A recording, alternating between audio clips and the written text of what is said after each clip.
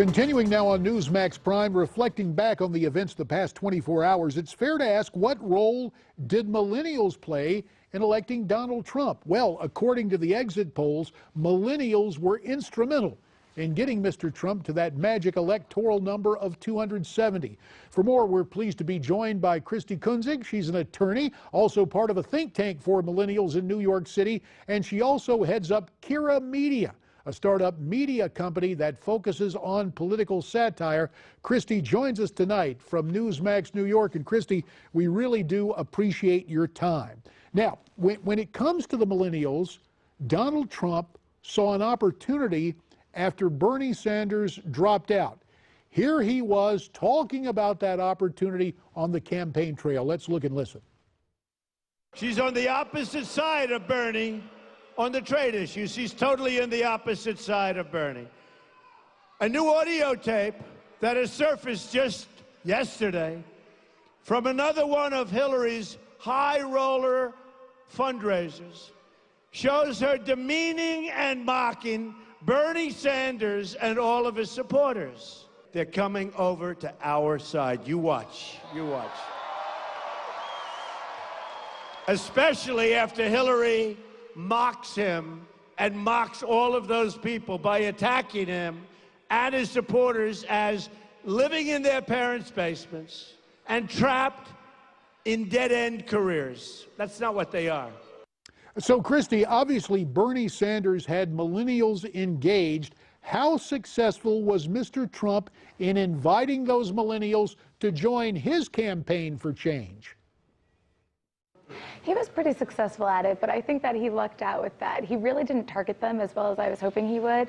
He was more able to get them because they were just so angry at the Clinton corruption that they were siding with him to spite her. You know what's very interesting, Christi? You are not exactly a passive observer. You offer videos that are replete with political satire. We've got a clip of one in which Hillary enlists Al Gore to describe her cattle trading prowess, and then Kira Media hijacks that conversation and steers it in what we might call an inconvenient direction. Let's take a look at the clip. She hasn't even worked in the private sector since the last days of disco. Trump just cracked a code on a propaganda campaign. They are going to remind voters that you have less business experience than Kim Kardashian. We have never faced this line of attack. Kira, campaign volunteer. Struggling here, Hills. You got less business experience than a teenage burger flipper. My generation values entrepreneurs, risk takers. So, pretty cool animation, great voice work. And the theme, does this attract the demographic you're after and get millennials to think about that almost reflexive support of leftists like Hillary Clinton? Absolutely. We're really focusing on, a lot of the Clinton corruption as well as the media bias, especially in our second episode, what the C stands for. That really takes a focus on the media bias and how it's portrayed. And now that the election has come to an end, you can really see that because the polls haven't reflected what the results of the election were. So definitely we're targeting more than just millennials, though, with these. I think these are something everyone can get involved with. It's funny and it's based in reality. And as far as millennials are concerned, it's really showing them some of the things that we might not have been aware of because we might have been too young, especially Cattlegate. That's one of the biggest things that we focus on. But I would definitely recommend that millennials, baby boomers, Gen Xers, everyone should check out what the C stands for and the rest of the trilogy at KiraMediaUSA.com. So let me ask you this. You mentioned Mr. Trump's victory. Obviously, that's all we've been talking about during the course of this program. What will be the topic of your next video series? 15 seconds. Clue us in.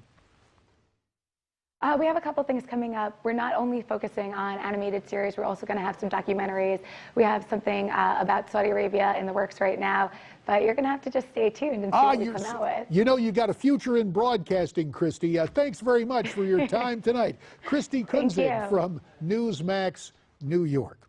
Now, usually about this time on our program, we talk about an American moment, a time in history tied to a major historical event. Well, tonight all we need to do is look back a few hours. Here are highlights from Donald Trump's victory speech. It's tonight's Prime Playback. I've just received a call from Secretary Clinton.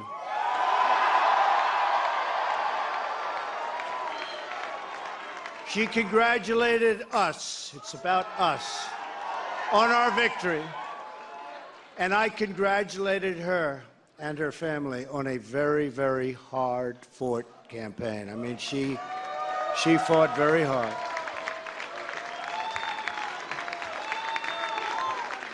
Hillary has worked very long and very hard over a long period of time, and we owe her a major debt of gratitude for her service to our country. I mean that very sincerely. Now it's time for America to bind the wounds of division. We have to get together. To all Republicans and Democrats and independents across this nation, I say it is time for us to come together as one united people. It's time. To every citizen of our land, that I will be president for all Americans, and this is so important to me.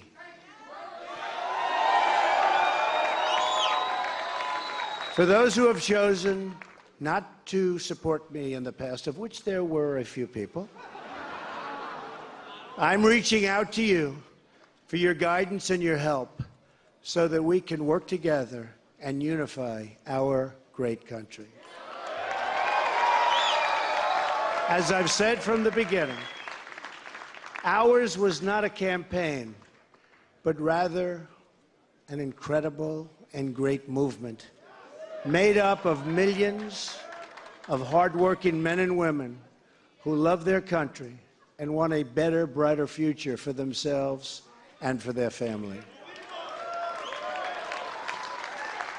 It's a movement comprised of Americans from all races, religions, backgrounds, and beliefs who want and expect our government to serve the people, and serve the people it will.